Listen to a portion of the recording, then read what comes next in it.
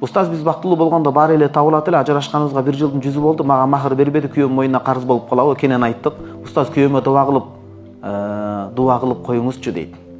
Балалуу болсун дейт. Аллахым ага да бала жытын жыттатын, себеби 6 ай өтүп ал үйлөндү дейт. Кыргыздын аялындай таба албайсыз го дейм башка жерден.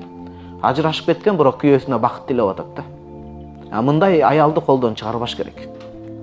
Бирге төшөгүңдө бирге жатып, бирге туруп, бирге күн өткөрүп, бирок өлүмүңдү тилегенде эле аялдар чыгып калат кээде туугандар. Кээде эми бир 100дөн бирөө чанда чыгып калат, бирге жүрүп, бирок ушундай кыянат кылган. Бул байкуш ажырашып кетиптир ата-энеси себептен. Бирок ошентсе дагы күйөөсүнө бактылуулук тилеп атат да. Мындай аялдарды колдон чыгарбаш керек туугандар. Себеби дейт.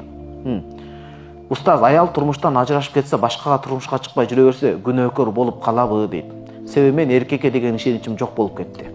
Жашым 25-те медресеге кирип илим алгым келет, акыретте ата-энеме таажы кийгизчү хафиза кыз болгум келет дейт. Бул боюнча ал китепти эсте устазга бердим, Кудайым буйрса жакында Египеттен алдырышым керек. Мухтасару таргиб ва таргиб Ибн Хаджар Аскалани чоң жыйнак китеп. Ушунда келет.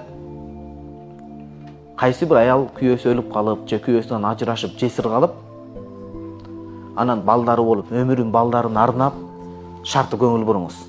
Балдарын арнап, өмүрүн балдарын арнап, өзүн такыба кармап, зинадан денесин сактап, ата-энесинин үмүтүн актап кете берет ар жагы. Мамилесин тактап, ушул шарттарды тактаса, ал акыретте пайгамбарыбыз саллаллаху алейхи ва саллям шафаатына ээ болот деп келет. Колдоосуна. Бирок сиз 25 жашта экенсиз. Азыр заман мурдагыдай заман ээлери эмес азыр. Азыр бузукучулук көп. Азыр жалгыз боо аял эмес, көчөдө күйөөсү менен кетип бараткан аялдар именно таксырлар карай турган заман болуп калган да. Жахилдер жөн эле кетет жерди карап эле.